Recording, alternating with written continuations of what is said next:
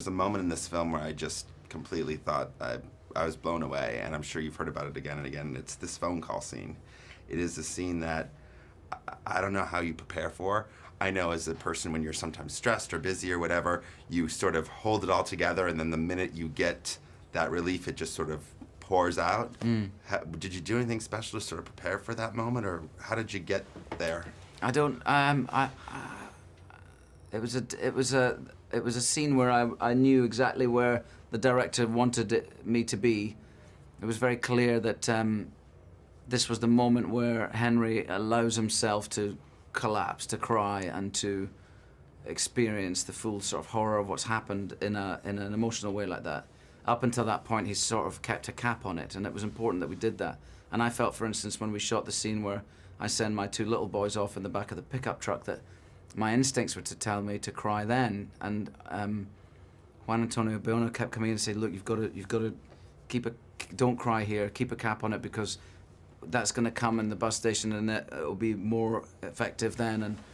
And also, it was the true experience that Henry actually had. He somehow was entirely focused on what he had to do, which was to find Maria and to find Lucas. And he knew that his two little boys were safe and unharmed, and he knew he would find them, and he sent them off. And it was only when he heard his father-in-law's voice back in England, who he hoped that he would have had news from Maria and Lucas.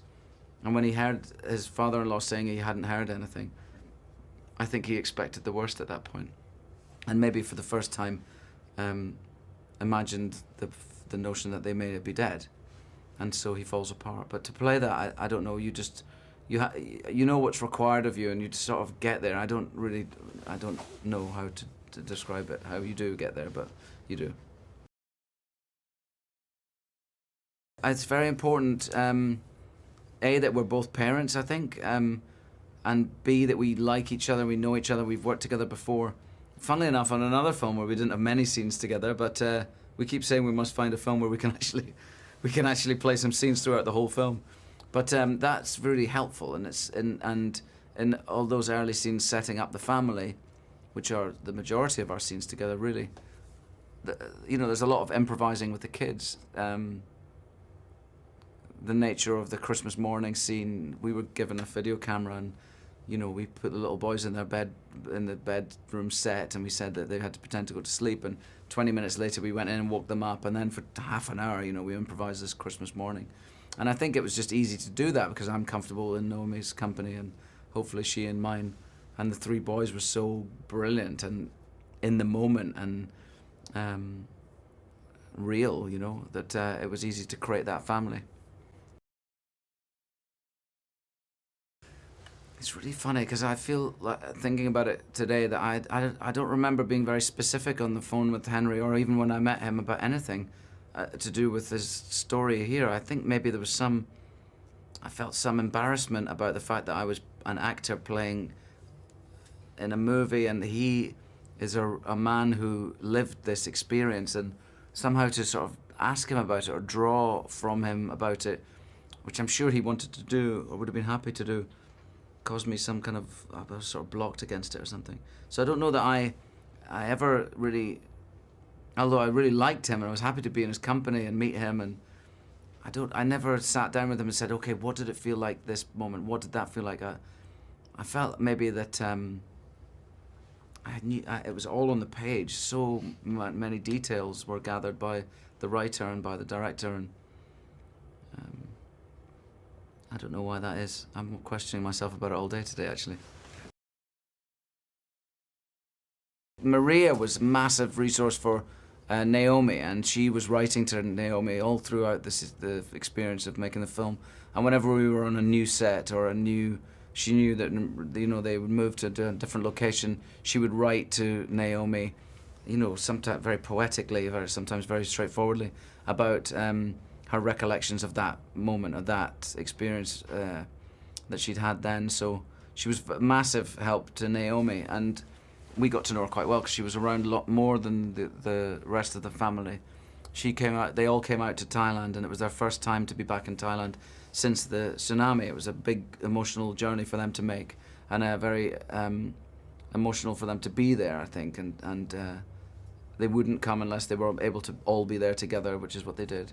But when they left, Maria stayed on. It seemed to be important for her to stay longer. I feel like she needed more closure, maybe than the others, in that she'd been so horribly injured there, and it affected her immediate future thereafter. Was overwhelmed by her injuries in the tsunami, and she, spent 6 months in hospital, 4 to 6 months in hospital, had many operations and infections, and her struggle for life didn't end in Thailand. It continued into her recuperation in Singapore. So maybe for her it took longer, and you could see that it was very moving for her. It was coming off her in waves, really, that you could sense the emotion in her in many of the scenes that we were recreating, that she'd lived through, and it was very important that she was around, I think, for a lot of us.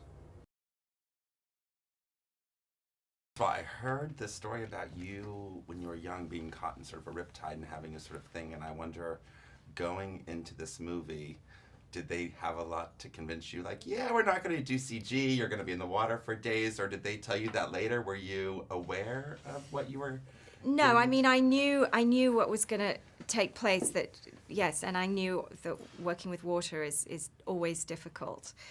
I didn't know it would be 6 weeks of it. You never know how long these things take. And but I was glad. I was so glad, as hard as it was, that we were not doing CGI all the time. I mean, if we'd been in the studio with a green backdrop, arms flailing about, no water, it would have been a different performance. And so I'm grateful, despite, it being a hard day's work for 6 weeks. Were you afraid going in? I mean, do you still have that fear from when you were younger as you got in there? Did it trigger? I mean, there's no question. That came up a few times. When I had that experience in Bali and my family got caught in this riptide, I definitely have, as a result, always been afraid of currents, big waves and things. I like water to be glass flat. And it's interesting. You end up doing things, you end up taking movies on because it's stuff that you usually have to work through. It's not always a conscious decision, but you do the things because you're supposed to do them, I think. Subconsciously, maybe, you need to work them out. Yeah. Well, I also think it's interesting, and I mean, you work a lot, so it's not, but I'm thinking that from a couple years ago, you were Valerie Wilson. Yeah. Then you went on to be Maria, then you're on to being Diana. How is it, as an actress, more challenging, more interesting, more difficult? I mean, is it all those things when you step into a real life person's sort of skin? Yeah, it's definitely more interesting, I think. It's difficult because you've got to get things right, particularly if you have to worry about things like, the walk and talk and the way that person looks. In the case of Valerie and Princess Diana, I didn't have to worry about that with Maria, but I had a different set of worries, which was the amount of suffering that she went through and all the hundreds of thousands of other people was so intense that I felt this huge responsibility to get it exactly right, or as close to the truth as possible. So that's a big pressure. But thankfully, I had Maria there a lot of the time. I mean, if she wasn't there physically, her presence was always felt, and she would write to me if we couldn't speak to each other face to face. She would write beautiful long letters about each moment with great detail, and she's very expressive. A lot of people, when they go through this level of shock and grief, they don't want to talk about it, or it's hard for them to express it because there's, it's locked. But it's not the case with Maria. I think she finds it healing and cathartic to speak about it. We met the first time before we started shooting, and I was very nervous about meeting her. I thought, I'm an actor and I've got 1,000 questions to ask. I don't want her to have to relive any more pain, and what if I say something that upsets her? Or so we sat in front of each other, and she started welling up straight away, and I thought, oh God. And I'm like, I'm scared that I'm gonna make her relive it, and I started welling up, and then she just, I don't know, it was like she had a sense of gratitude that she was getting to tell this story, and I felt a huge sense of gratitude that she was opening up, and we just connected right away, had a big hug, and spoke for 3 hours or so, and then continued that dialogue, and it remained. I mean, I'm affected by her for life. She's in my life now forever, and she's a true inspiration. That level of courage that she showed in those few days is extraordinary, and something you aspire to. And that relationship between her and her son, so beautiful. I'm wondering if when you took this on, obviously working with Ewan before and knowing him for years, I would imagine that probably helps when you're playing a husband and wife, because you at least have that. You've known each other, so there's that. Yeah, and we didn't get any rehearsal time, and we don't even have that many scenes together, Right. and we have to create this really tight family bond. But you don't want to, and we also had a couple of scenes where it was like a little edgy, and it wasn't the perfect marriage necessarily, which one is, but you want to create truth, don't you? And you've only got such limited time before we're separated, and you just want them to be back together. So it was great that we had this previous experience of trusting each other and getting on well with each other, and we brought that to the table, I think. So. And talk about Tom Holland and working with Tom, and obviously it's his first film, and he's extraordinary.